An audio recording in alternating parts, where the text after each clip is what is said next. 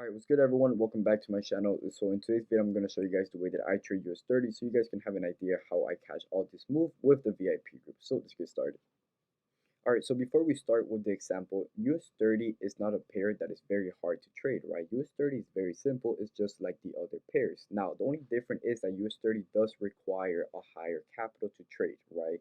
So my strategy with US30 is the same exact strategy with every Forex pair, right? Now, the idea with US30 that you guys want to trade is obviously trade with the trend, right? That's the way that I trade US30. You want to trade with the trend. So I really don't have a secret, a secret strategy that I catch all the pips. It's just basically going along the trend, right?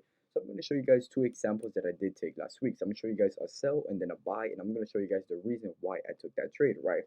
So let's start off first from the 1 hour time frame. So looking at US30 off the 1 hour time frame, you guys can see that price is obviously still in a downtrend, creating lower lows and lower high, right? As you guys can see over here, price is actually stuck in the middle, creating highs and lows, not having a break to the upside or having a break to the downside, right? So our idea comes down to the 15-minute time frame, and basically we're just gonna wait for either a break to the upside or the downside, right?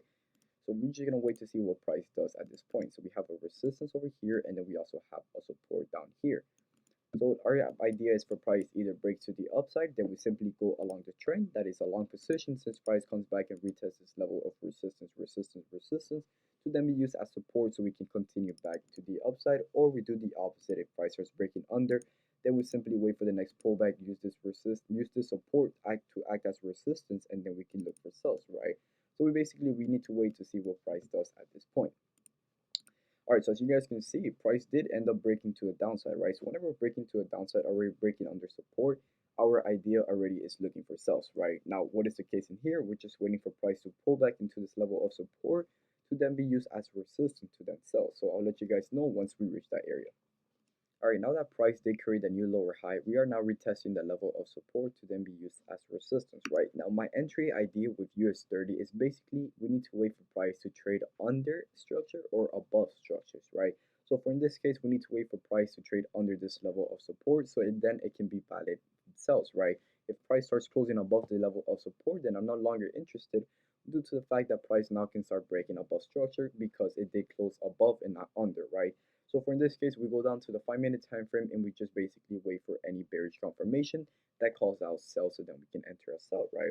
So now we just let this trade run this trade.